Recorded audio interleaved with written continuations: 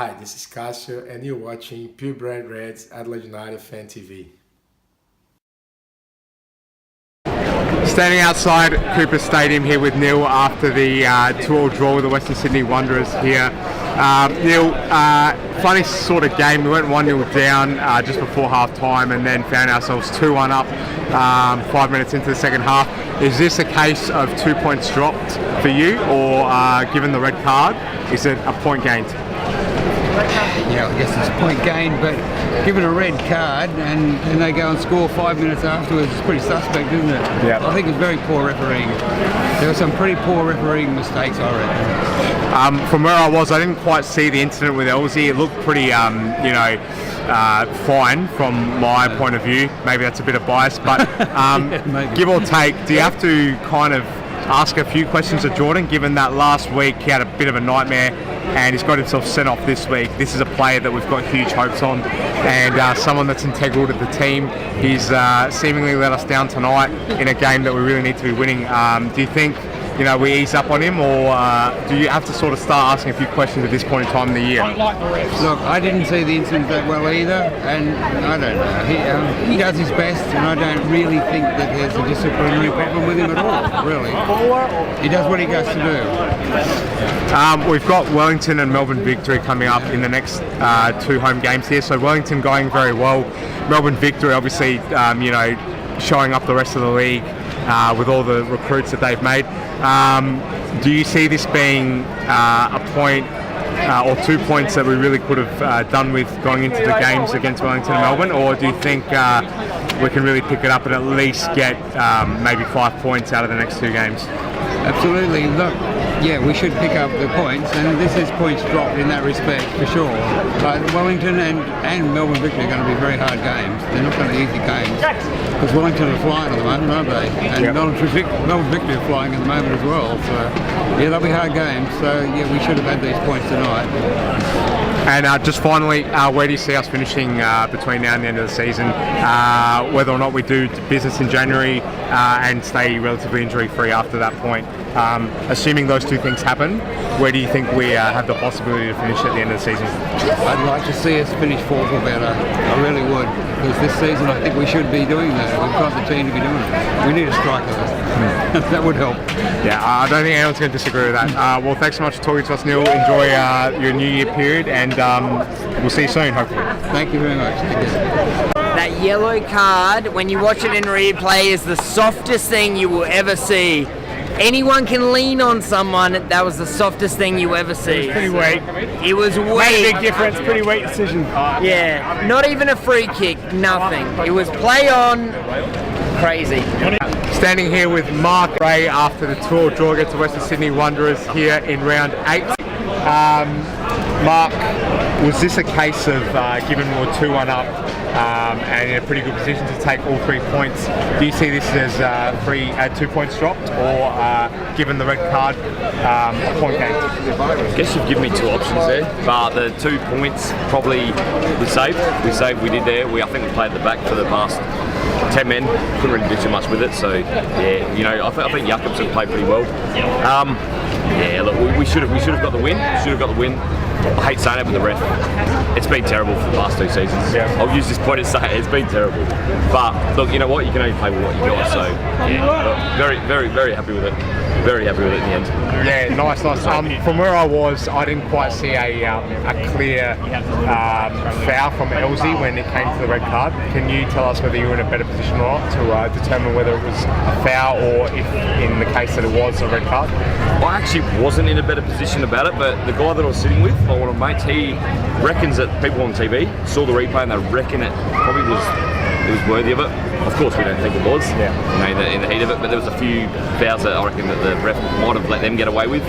But yeah, I guess it's one of those things, isn't it? Really shouldn't have happened, but he's going to miss next week against Newcastle, and it's pretty costly. It is very. Yeah, it is. Yeah. I wanted to just ask you about Marco Kerr's substitution. So Constant concedes that firstly he came in this week, started the first time this season, concedes a penalty. Marco drags him at half time. Ken also comes on. And then as soon as the red card happens with Elsie, Ken also comes off after about 15 minutes. Is Marco Kerr signalling out a message here that he's going to be pretty cutthroat and ruthless when it comes to people perhaps not putting in the kind of performance he'd want, because I mean that seems pretty harsh to take off Ken also after 15 or so minutes. I know he hasn't had the greatest of seasons so far, but and also from Constance's point of view, he's conceded a penalty, he doesn't have a chance to redeem himself in the second half. Is this our manager showing that he's here now to make the best decisions in the interest of the starting 11? He doesn't care which players he upsets, or was it all just tactical and, you know, from next week we'll see something else happen? What was your point of view? Yes, absolutely. Yeah. I think he had to make the judgment, of course. Like, you know, I don't think he also should have come off, but you've got to substitute someone. Regan played fantastic. Yeah. When he came on, Regan actually played quite fantastic. Saved that last one, extra time. That header was brilliant. Kurtz has to make the stands, exactly, but we could have lost him to South Melbourne if Later came in, couldn't we? So, yeah, that's still a big question. I can't answer that one properly, but I'm happy with Kurtz. I hope he gets contracted. He's at the end of the season and he loses his contract, hopefully we get him on again, but yeah, we're going to go from there. Here with Gail after the 2-2 draw against the Western Sydney Wanderers. Now, Gail, a rare American fan of Adelaide United. What did you make of tonight's game? And were you a little bit disappointed we didn't come away with a win? Or given that there was a red card, is a draw a pretty good result considering that we finished with 10 men? How did you find tonight? I do think that they probably could have finished it off and won it, even down a man. It was disappointing to be down a man, for sure. But they played hard and they certainly gave everything they had at the end. And you know, sometimes it goes in for you, sometimes it doesn't. Yeah, pretty well summed up there. I just want to ask you, from the point of view of an American fan of the sport, we're at a pretty similar level here. So you've got the MLS obviously in the States, the A-League here. Now you say that this was the first experience you've had of being at the A-League. Can you sort of tell us, you know, are we at the same sort of level as the MLS back in the States, or does there need to be a lot more money put into the game here, you know, in terms of match day experience? How did you find it? Was it an exciting event, or did you find yourself not entertained at times? Where do you sort of see us in comparison to where the US is with this sport at the moment? Because obviously for both countries it's not the main sport, so yeah. So this is our first time to Australia, and we decided to take in the game here. So I don't know too much about how the play is generally in Australia. In the States we've got several layers of play, and this probably equated most to the level just below the MLS soccer, where our San Antonio team is. We're from San Antonio, Texas, and a little bit more closer to that rather than the step up when you really break that bridge into the MLS. So I think soccer, football across the board is getting more popular across the world. Of course, it's a very popular state in Europe and England and a lot of places. I think it can always have a little bit more funding to it, and it's a great sport. It's a great spectator sport. The fans are involved, and anything that can be done to build it, I think, is a good thing. Just want to finish up by asking you, there's a Women's World Cup on the horizon. There's a few players from the States that play in the Adelaide United W League team. Just for our viewers, describe to us how big the game is from the female point of view in America, because obviously you've got a fantastic national team, one of the best in the world, and the league in America is one of the most high profile out of all the women's leagues across the world. So tell us, are you looking forward to the World Cup? Do the US probably have the best chance going into it from a team that's outside of Europe? And how do you see the Matildas, the Australian national women's team, as a threat in maybe the next 2 or 3 years to maybe actually be considered a favourite to win it? Are we nearly at the level that the US is, or is there a long way to go from what you've seen and from what you hear?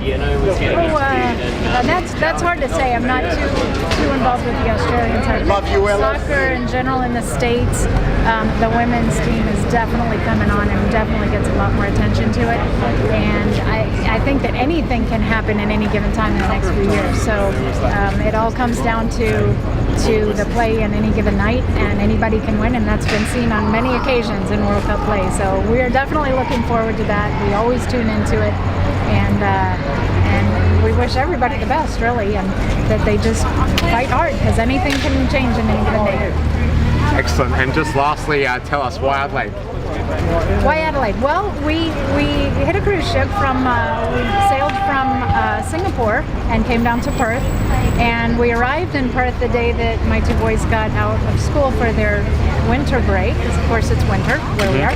And we decided at that point we really couldn't just go home. We had 2 weeks left, and so we're puddle jumping across Australia. We went to Darwin just before this, came down to Adelaide. You had a game while we're in town, so we decided to take that in. And we'll take a few days up in Ayers Rock and then head over to Sydney for New Year. So Brilliant. Well, whilst you're still in Adelaide, enjoy all the wineries because you are in wine country. they are exceptionally good. Yes. And thanks so much for talking to us. Great to get the perspective from someone that's not from Australia, because we're still a young channel, and to get the thoughts of someone from across the continent is great. So we're glad that you could tune in for us today, Gail, and enjoy the rest of your travels in Australia. Thank you so much. Thank you very much. Okay, here with Mark after the 2-2 draw against Western Sydney Wanderers. Mark, I want to start by asking you, it's a home game. They have been pretty consistent, the Wanderers, so far this season. Did you come here expecting to win today? I did come expecting to win, but after the red card, everything changed, and I tell you what, it was about character this afternoon. In this heat, with 10 men, fantastic, and that's why we come. I was very impressed. Given that we've drawn, there's still 2 pretty tough games coming up, both at home. Wellington Phoenix travelling really well, and Melbourne Victory to come after that. Is it costly that we've dropped 2 points today, or can you see us recovering? I can definitely see us recovering. Again, after the character that was shown today, the fans, and especially in the section that I was sitting, we were super impressed with the temperature, with the character, and with the commitment of the players. It was really good to see. Who stood out for you in a team that probably didn't have its best day, even though it was a game that had everything, red card, us going behind and then taking the lead early in the second half? Who would you sort of give your best on ground to today? And again, does it sort of indicate that we're really missing a striker and we really need to desperately sign one in January? Well, I think we were on the counter-attack, we were fast, we were quick, and we were accurate, and we saw that today, so I wouldn't agree with that. I think the player that stood out for me the most was Goodwin, and I'd probably say because of his defensive ability and his capability, he got back every time. He was sprinting as fast as he was backwards as he was forward, so I was super impressed with the character of the lads today. Yeah, beautiful. And just to finish with, Paul Izzo made a number of impressive saves to at least get us the point.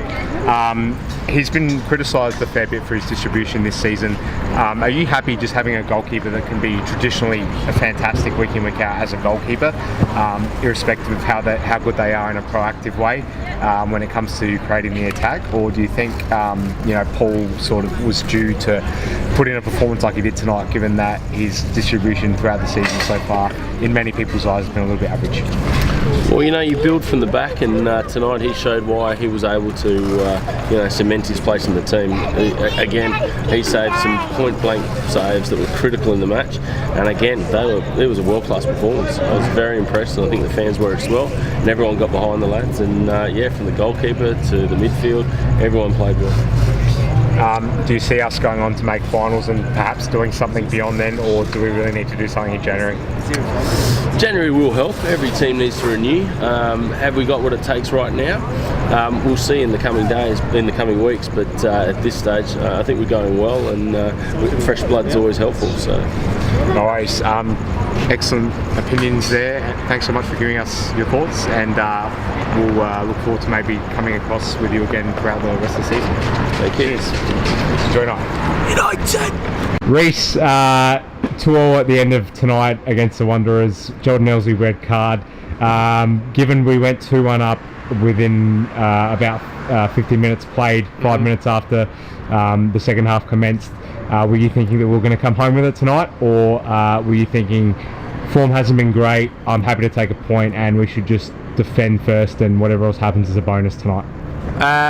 No, that's a big question, and I have two answers. When we went 2-1 up, I thought we should have come home with it. Before the game, I thought we should win the game. So for me, it's 2 points dropped. It's disappointing. Home on Boxing Day, I was surprised by the crowd as well. Obviously, a lot of people are away. It's a busy time of year. To get 8,000 at home on a stinking hot night against a team that we should win, we should win. So for me, it's 2 points dropped. It's quite disappointing.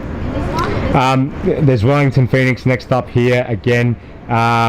Nathan Kostadopoulos came in after many people questioned whether Ken Also should be starting for Marco Kurz.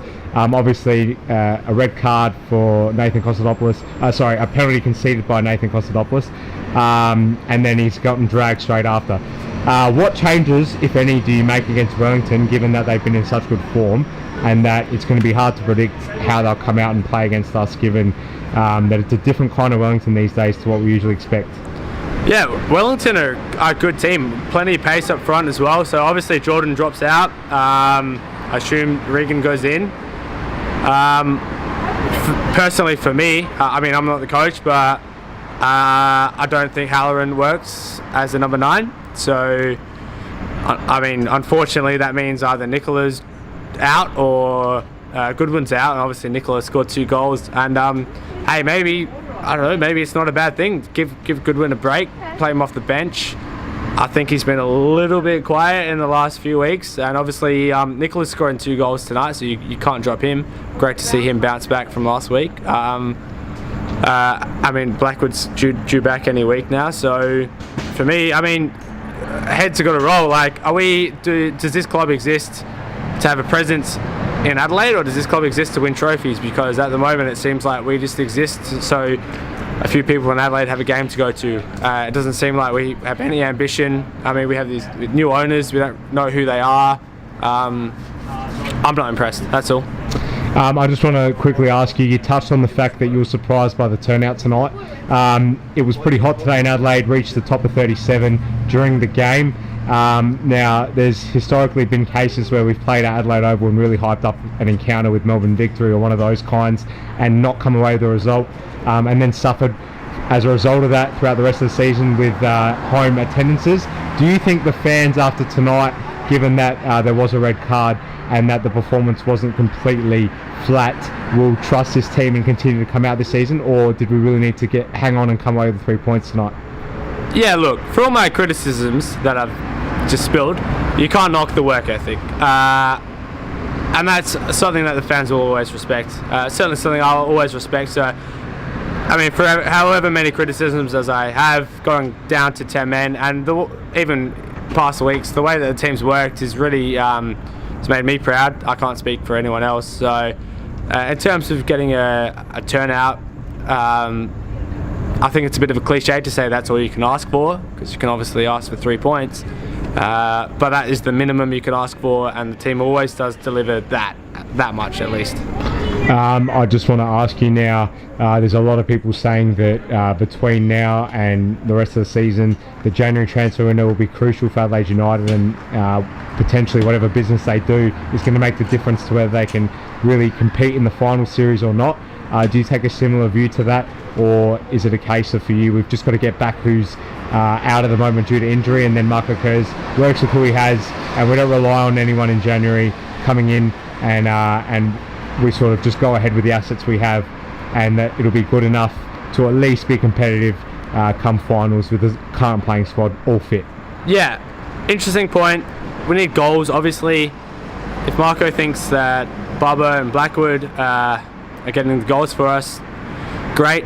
If not, I'm going to rebut your point about at least being competitive, because I think we should be more than competitive.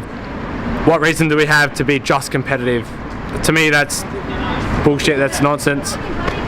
We should be more than competitive. This is a team that won the league 3-4 years ago, like with hypothetically less resources than we have now. So why are we settling for being just competitive? January's come around. Supposedly we have money in the bank now. I mean, it would be just disappointing to see someone like Bubba just, cast aside. But if that's what it takes to get wins week in and week out, like, we only got, a limited number of visa spots. So if that's what it takes, that's what it takes. I just want to finish by asking you, historically, you've seen this team on a number of different occasions across many seasons. Where does this team, with everyone fit, rank amongst the best Adelaide teams you've ever seen as a long-standing supporter of the club? Really highly.